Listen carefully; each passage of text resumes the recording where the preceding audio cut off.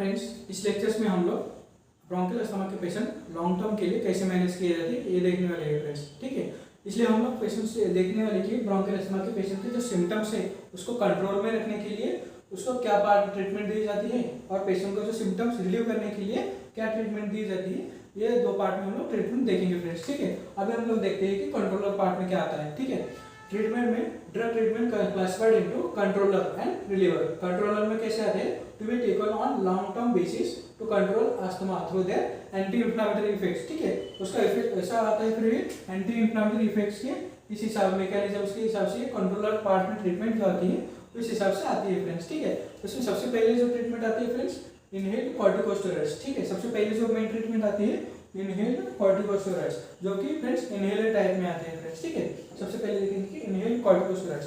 Friends, inhaled drugs are preferred over oral drugs. ठीक है, inhaled drugs are preferred over oral drugs, क्योंकि उसके तीन रीजन है फ्रेंड्स। ठीक है, उसके तीन रीजन है। उसके सबसे जो तीन रीजन में जो सबसे पहले रीजन है फ्रेंड्स, उसका सबसे पहला रीजन है कि लेस साइड इफेक्ट्स। ठीक है, जो इनहेल्ड ड्रग्स है उसका साइड इफेक्ट्स कम रहते हैं फ्रेंड्स। ठीक है, उसका साइड इफेक्ट्स कम रहते हैं। बाद में उसका दूसरा रीजन है फ्रेंड्स लो डोजेस। जो इनहेल्ड ड्रग्स है friends, inhaled drugs oral drugs के हिसाब से मुकाबले में ये लो डोज में देना पड़ता है, उसका डोज भी कम रहता है फ्रेंड्स। ठीक है, और तीसरा जो सबसे मेन इंपॉर्टेंट जो रीजन है फ्रेंड्स इसका, तीसरा सबसे मेन रीजन क्या है उसका, क्विक एक्शन है उसका। ठीक है, क्विक एक्शन है उसका।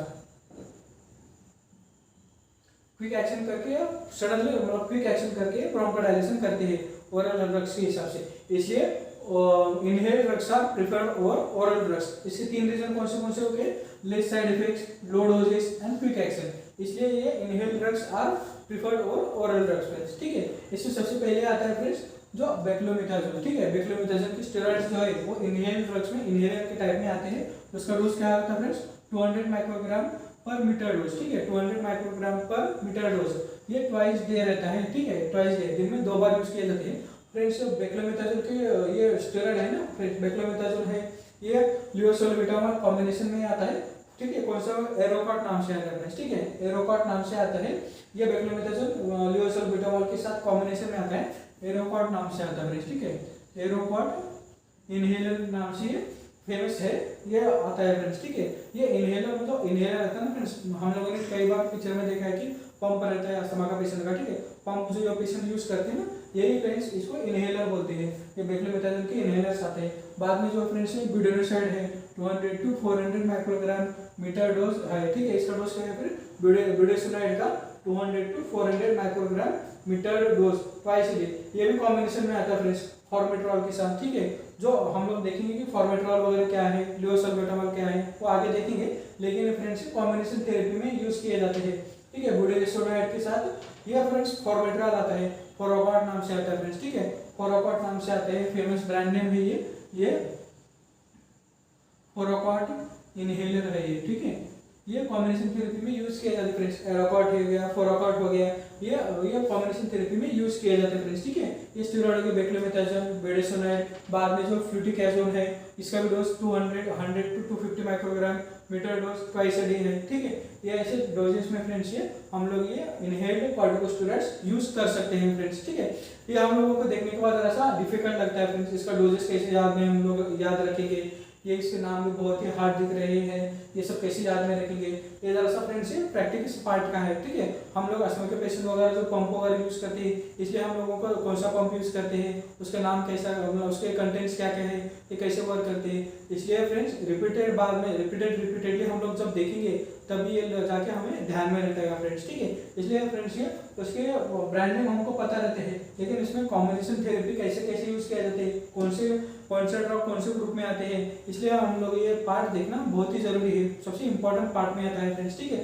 एज डॉक्टर हमें पता रहना चाहिए कि ये इनहेलर में फोरोकॉट इनहेलर पेशेंट ले रहा है, एरोकॉट इनहेलर पेशेंट ले रहा है, तो उसके कंटेंट क्या क्या है, उसके कंटेंट कौन से ग्रुप में आते हैं, ये पेशेंट कंटेंट की ऐसे कॉम्बिनेशन थेरेपी क्यों दी गई है पेशेंट को, ये कैसे वर्क करता है, ये सब चीज़ें हमें ध्यान में अच्छी तरह से पता रहना चाहिए फ्रेंड्स। इसलिए लेक्चर्स में ये फ्रेंड्स अच्छी तरह से ध्यान में रखना कि ये ड्रग्स कौन से ग्रुप में आते हैं, कैसे वर्क करते हैं फ्रेंड्स। ठीक है, फिर ये जो तीनों ड्रग देख लिया हमने, बेक्लोमिथाजोल, बेडेसोनाइड, फ्लूटिकाजोल वगैरह, ये सब इनहेल्ड कॉर्टिकोस्टेरॉइड्स में आते हैं फ्रेंड्स। ठीक है, इसका जो इनहेल्ड कॉर्टिकोस्टेरॉइड्स क्यों देने रहते हैं, ये तीनों रीजन भी फ्रेंड्स याद कर लेना। ठीक है, हम लोग अभी आगे बढ़ते हैं। बाद में हम लोग देख सकते हैं फ्रेंड्स, ये सिम्टम्स कंट्रोल में रखने के लिए पेशेंट को सिस्टमिक कॉर्टिकोस्टेरॉइड्स भी कई बार दिए जाते हैं फ्रेंड्स, ठीक है।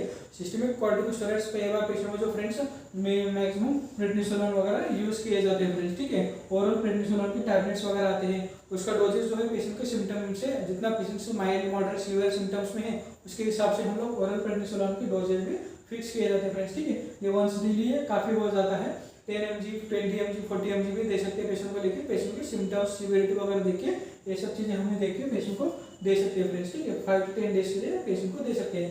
इसमें सिस्टमिक कॉर्टिकोस्टेरॉइड्स में फ्रेंड्स जो ओरल है प्रेडनिसोलोन वगैरह यूज किए जाते हैं फ्रेंड्स, ठीक है। हम लोग आगे बढ़ते हैं कि फ्रेंड्स ल्यूकोट्रीन मॉडिफायर्स, ठीक है friends. Leukotriene modifiers, friends leukotriene modifiers देखने से पहले हमें ल्यूकोट्रीन क्या करता है हमारी बॉडी में पता रहना जरूरी है फ्रेंड्स, ठीक है। हमारे बॉडी में जो फ्रेंड्स ल्यूकोट्रीन है, ल्यूकोट्रीन क्या करता है friends, acute and chronic condition में इन्फ्लेमेटरी मार्कर्स का काम करता है फ्रेंड्स। इन्फ्लेमेशन काम करना इसका ल्यूकोट्रीन का रहता है फ्रेंड्स, ठीक है। एक्यूट एंड क्रोनिक कंडीशन में इन्फ्लेमेशन करने का काम ये ल्यूकोट्रीन का करता है फ्रेंड्स, ठीक है। बाद में जो फ्रेंड्स जो समझो एलर्जी वगैरह होती है, ठीक है, एलर्जिक रिएक्शंस वगैरह रहते हैं, इसमें भी जो इन्फ्लेमेशन का काम रहता है फ्रेंड्स ये ल्यूकोट्रीन का रहता है, ठीक है। फिर उसको ल्यूकोट्रीन इन्फ्लेमेशन वगैरह करते हैं। जब ब्रोंकियल अस्थमा में क्या होता है फ्रेंड्स, हम लोग कोई एलर्जी वगैरह है, एलर्जन वगैरह बॉडी में आ गया, ठीक है, एलर्जन को इफेक्ट के हिसाब से वो ये ल्यूकोट्रीन हमारे बॉडी में बढ़ के ल्यूकोट्रीन बढ़ने के बाद उसको इन्फ्लेमेशन क्रिएट करती है और वहाँ पे वो ब्रोंकियल स्पाज्म हो गया, ब्रोंकियल सिक्रेशंस वगैरह बढ़ना, ये सब चीज़ें फ्रेंड्स ल्यूकोट्रीन की वजह से होती है। इसलिए हम लोग जो इसमें अस्थमा के पेशेंट जो सिम्टम्स कंट्रोल में रखने के लिए ल्यूकोट्रीन मॉडिफायर देना रहता है फ्रेंड्स ऐसे पेशेंट में, ठीक है। ल्यूकोट्रीन मॉडिफायर देना रहता है। ल्यूकोट्रीन मॉडिफायर कैसे काम करते हैं फ्रेंड्स, हम लोग ल्यूकोट्रीन को इनहिबिट करते हैं, ठीक है। ये मॉडिफायर क्या करते हैं फ्रेंड्स, ल्यूकोट्रीन जो सीक्रेट होता है ल्यूकोट्रीन को इनहिबिट करते हैं, ठीक है, ल्यूकोट्रीन को ब्लॉक करते हैं। इसलिए जो इन्फ्लेमेशन का काम रहता है इन्फ्लेमेशन नहीं होता फ्रेंड्स, ठीक है। ये क्या कैसे काम करते हैं फिर, improve baseline lung function. Leukotriene modifier कैसे काम करते हैं फिर, it improves baseline lung function को बढ़ाता है फ्रेंड्स, क्योंकि वो इन्फ्लेमेशन को ब्लॉक कर देते हैं, इसलिए improve baseline lung function and reduces bronchial hyper responsiveness, ठीक है। जो एलर्जी, जैसे मैंने थोड़े देर पहले बताया कि जो समझो एलर्जन की वगैरह जो हाइपर रिस्पॉन्सिवनेस होता है ना हमारे बॉडी में, हाइपर रिस्पॉन्सिवनेस ये कम कर देता है फ्रेंड्स, ठीक है। It improves baseline lung function and reduces bronchial hyper responsiveness. इसलिए जो ल्यूकोट्रीन इनहिबिटर मॉडिफायर्स भी फ्रेंड्स हम लोग इसमें ब्रोंकियल अस्थमा के पेशेंट में यूज कर सकते हैं फ्रेंड्स, ठीक है। ये जो टैबलेट है फ्रेंड्स, जो मॉन्टेलुकास फेमस है, मॉन्टेलुकास टैबलेट 10 mg वंस डे दिया जाता है, ठीक है। जनरली फ्रेंड्स मॉन्टेलुकास टैबलेट है ना रात को सोते वक्त देते हैं, एचएस के रूप में देते हैं फ्रेंड्स, ठीक है। Tablet montelukast 10 mg once day मतलब एचएस में देते हैं 5 डेज के लिए वगैरह, ठीक है। पर्टिकुलर उसको सिम्टम्स होने के लिए पेशेंट को ये तब तक दिए जाते हैं, ठीक है। सिम्टम्स कंट्रोल में रखने के लिए कई बार दिए जाते हैं, ठीक है। Tablet montelukast 10 mg once day for 5 days वगैरह, ठीक है फ्रेंड्स। यह हो गया ल्यूकोट्रीन मॉडिफायर। अभी हम लोग जरा सा आगे बढ़ते हैं फ्रेंड्स, ठीक है। सब दूसरे सबसे बाद में क्या आता है friends, long acting inhaled beta 2 agonist, ठीक है। Long acting inhaled beta 2 agonist friends, beta 2 agonist क्या होता है फ्रेंड्स, बीटा एक्टिविटी हमें कार्डियोवास्कुलर सिस्टम में बीटा एक्टिविटी, बीटा 1 एक्टिविटी ये सब चीजें हमने देखी है फ्रेंड्स, ठीक है। हम लोगों ने याद करो कि मिनोमिक्स दिया था, ठीक है। बताओ वो मिनोमिक क्या था, very good, we have 1 heart 2 lungs, ठीक है। वी हैव 1 हार्ट 2 लंग्स, मतलब beta 1 activity concern with heart rate and beta 2 activity concern with bronchodilatation, ठीक है। बीटा 2 एक्टिविटी क्या हो गई फिर ब्रोंकोडायलेटेशन करती है, ठीक है। ये बीटा एगोनिस्ट क्या करते हैं फ्रेंड्स, ये बीटा 2 एक्टिविटी को बढ़ाते हैं, ठीक है, बीटा 2 एक्टिविटी को बढ़ाते हैं, ठीक है फ्रेंड्स। ये long acting inhale beta 2 agonist क्या करते हैं फिर बीटा 2 एक्टिविटी को बढ़ाते हैं, मतलब ब्रोंकोडायलेटेशन के लिए जो प्रोत्साहित करते हैं, ठीक है। बीटा 2 एगोनिस्ट को ब्रोंकोडायलेशन करते हैं। ये लॉन्ग एक्टिंग बीटा 2 एगोनिस्ट, इसको लावा भी मतलब शॉर्ट टर्म में हमको लावा भी बोलते हैं, ठीक है। Long acting beta 2 agonist works by relaxing, ठीक है, works by relaxing and opening air passages in the lungs. कैसे वर्क करते हैं फिर ये, works by relaxing and opening air passages in the lungs. Relax भी करते हैं, ओपन भी करते हैं, मतलब शॉर्ट में क्या करते हैं फिर ब्रोंकोडायलेटेशन करते हैं, making it easier to breathe, इससे पेशेंट अच्छी तरह सांस ले पाता है फ्रेंड्स, ठीक है। जो एस्थमाटिक के पेशेंट जो ब्रोंको कंस्ट्रिक्शन वगैरह रहता है ना, ब्रोंको कंस्ट्रिक्शन को ब्रोंकोस को डायलेटेशन करने का काम किसका रहता है फ्रेंड्स, ये फिर ये लॉन्ग एक्टिंग बीटा 2 एगोनिस्ट करते हैं फ्रेंड्स, ठीक है।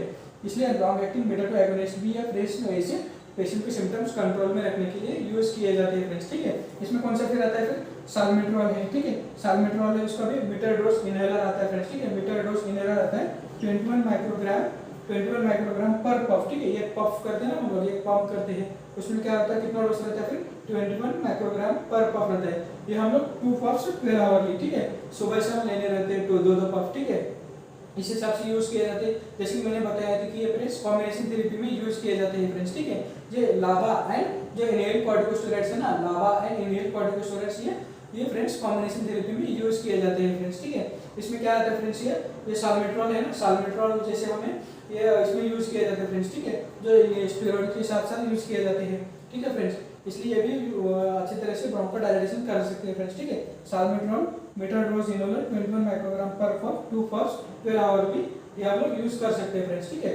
जो कि साल्मेट्रॉल है, जो जैसे मैंने बताया कि फॉर्मेट्रॉल वगैरह, ठीक है। फॉर्मेट्रॉल का क्या है, 1 to 2 puffs per hour he use करते हैं। साल्मेट्रॉल, फेमोट्रॉल ये बेक्लोमेथाजोन के साथ साथ इसे यूज किया जाता है फ्रेंड्स, ठीक है। जैसे कि मैंने बताया कि फॉर्मेट्रॉल है, बेडोनिस्टेट जो है फोराकॉट इनहेलर में यूज किया जाता है फ्रेंड्स, ठीक है। फोराकॉट इनहेलर में यूज किया जाता है। उसका डोज क्या रहता है फ्रेंड्स, इसमें 21 माइक्रोग्राम रहता है ये, और जो बेक्लोमेथाजोन है 200 माइक्रोग्राम रहता है, बेडोनिस्टेट से 400 माइक्रोग्राम है। ये डोज जरा सा फिक्स डोजेस है फ्रेंड्स, ठीक है। जो डोजेस वगैरह धीरे धीरे हमारे प्रैक्टिस के हिसाब से हम लोग पढ़ सकते हैं इसको, ठीक है। साल्मेट्रॉल है, फॉर्मेट्रॉल है, ये यूज किए जाते हैं फ्रेंड्स। ये क्या है friends, long acting beta 2 agonist है, मतलब ब्रोंकोडायलेशन का काम करते हैं फ्रेंड्स, ठीक है। बाद में जो फ्रेंड्स थियोफाइलिन टैबलेट आते हैं, थियोफाइलिन ये भी क्या करते हैं फ्रेंड्स, ये थियोफाइलिन एटियोफाइलिन जो है ना टैबलेट, वो भी क्या करते हैं फ्रेंड्स, टैबलेट फॉर्म में आते हैं और इंजेक्शन के फॉर्म में आते हैं। हम लोग जैसे टैबलेट फॉर्म में भी दे सकते हैं फ्रेंड्स कंट्रोलर के लिए। ये क्या करते हैं फ्रेंड्स, ब्रोंकोडायलेशन का काम करते हैं, ठीक है। ये भी क्या ब्रोंकोडायलेशन का काम करते हैं। ये भी फ्रेंड्स बीटा 2 एगोनिस्ट ग्रुप में भी आते हैं, या मेनली इसको ब्रोंकोडायलेशन का काम करते हैं फ्रेंड्स, ठीक है।